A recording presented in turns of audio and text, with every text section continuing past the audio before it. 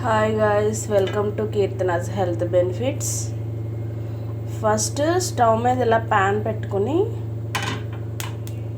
1 spoon oil వేసాను, తెలుస్తుందా? తర్వాత ఈ పిండిని బాగా మిక్స్ చేసుకోవాలన్నమాట. ఈ పిండి ఏంటి అంటే మనకు తెలుసు కదా, గోధుమ పిండి. చపాతీలు, పూరీలు ఇవి చేసుకుంటూ ఉంటాం కదా, ఆ పిండి అన్నమాట. నేను ఈ స్పూన్తో 4 స్పూన్స్ పిండి వేసాను. అంటే నాకు 4 స్పూన్స్ క్వాంటిటీ సరిపోతుంది, సో అలా వేసాను.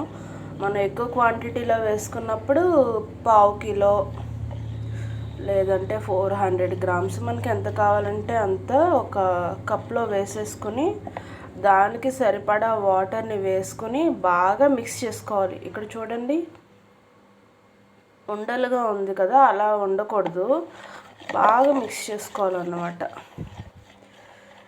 ఇక్కడ మనకి ఒక్కొక్కసారి ఏమవుతుందంటే వాటర్ కొంచెం ఎక్కువైపోతుంది, లేదంటే పిండి గట్టిగా అయిపోతుంది అన్నమాట. సో అలా లేకుండా కొంచెం కొంచెం వాటర్ని వేసుకుంటూ బాగా మిక్స్ చేసుకోవాలన్నమాట. మనం ముందుగా ఎక్కువ వాటర్ని వేసుకోకుండా కొద్ది కొద్దిగా వాటర్ వేసుకుంటే తర్వాత వాటర్ పడుతుందో లేదో మనకు అర్థమవుతుంది. అలా కాకుండా ఒకేసారి వాటర్ని వేస్తే బాగా జోరైపోతుంది అన్నమాట. ఈ స్పూన్కి ఇలా పిండి అంటుకుంది కదా, ఇలా అంటుకోకూడదు, ఇలా ఉండాలి. ఇలా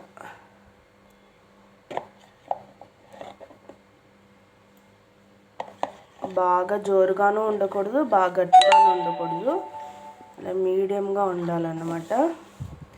ఇప్పుడు పెనం మీద ఆయిల్ వేసాం కదా, ఇది హీట్ అయింది. ఇప్పుడు పిండి వేసుకుందాం.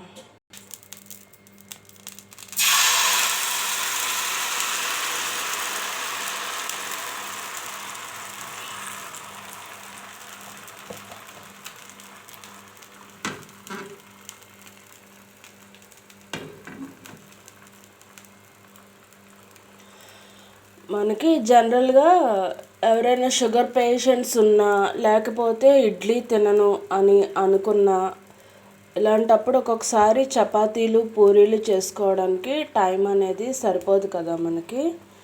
ఒక్కొక్కసారి ఎప్పుడైనా టైం సరిపోదు అనుకున్నప్పుడు మనం ఈ విధంగా వేసుకోవచ్చు అన్నమాట. Thank you.